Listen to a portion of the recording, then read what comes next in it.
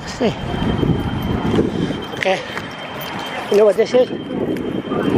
Cardy. Okay, we're just going in. The nurses' convention. The nurses' convention.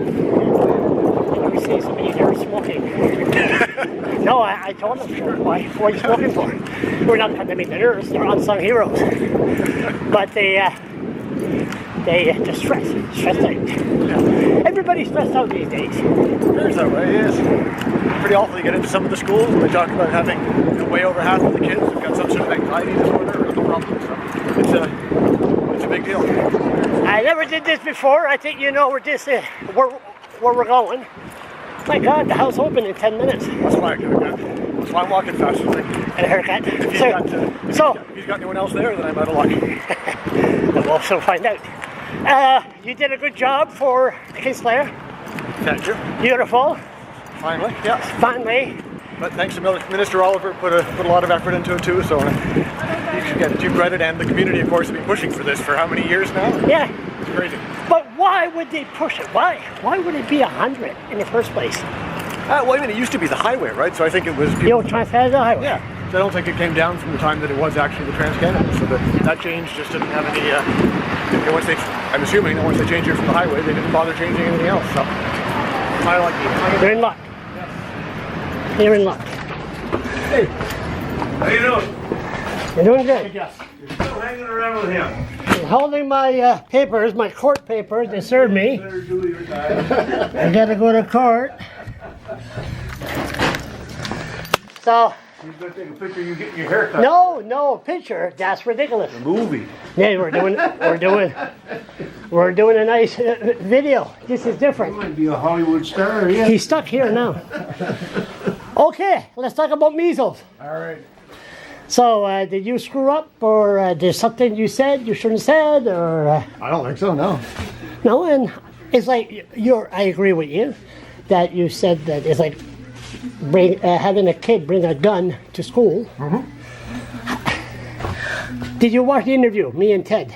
Yes, yeah. You seen that? It was good, side by side. And here it's going to be the same thing. Oh, by the way, you don't mind you? Okay. So anyway, I don't do this. I don't do this to your customers. Okay. How did we get to this? Well, I think there's been a rise of concern over vaccines for the last couple of decades, and it's slowly getting worse and worse. So I guess that's where it's coming from. You're getting more and more people who are believing pseudoscience and finding random articles off the internet, and it's just a sort of a disconnection from reality that's spreading more and more. I think it's connected to social media. So do they believe what social media is saying? Okay, how was it when we grew up? Well, we came from the generation that our parents remembered people who died of all these horrible diseases, right? So there's this sort of human tendency to get two generations where people remember stuff that happened. So after two generations, for example, if you haven't had any war in your country, you start to think the war is impossible. We're sort of in that situation too. Yeah. Vaccines, I think, are the same. We've lost sight of how valuable they are. We've lost sight of the fact that they've saved hundreds of millions of lives. That they're one of the reasons why we live to be in our 80s now instead of in our 40s.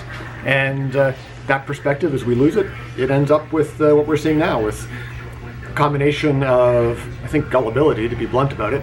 And there are people out there pushing this idea. I mean, I mentioned it in one of the interviews, but this is not some conspiracy theory on my part. You can find evidence for this all over foreign policy magazines and government documents going back decades. Tell him to talk and don't move, because this man has to appear in front of the media. Don't move, just like a kid. Don't move. Yeah, talk, but don't move. Okay, go ahead. So you've had the Russians have been pushing anti-vaccination conspiracies, especially for the Americans, for a long time now, and especially the last few years.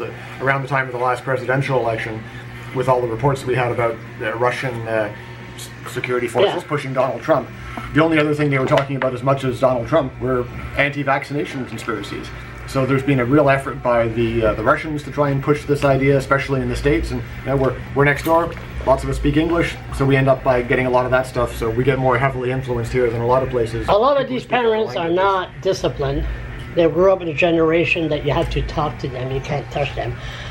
Is it possible that they just said, nope, we're not. I'm not going to do this. Oh yeah, that's part of it. I've gotten emails from people saying, hey, you can't tell me what to do. It's like no one's trying to force some sort of evil thing on you here. We're saying if you're going to go to a public school, and you don't have to go to public school. In New Brunswick, if you want to homeschool your kids or go to a private school, you send one letter to my office, and that's it. It's not like it's rocket science. What's going to happen in September? Are you going to put a red stamp in front of the kid's forehead? You've been vaccinated. You've been vaccinated. You haven't. What we're going to do? No, you're a redhead. You could tell the future. Go ahead.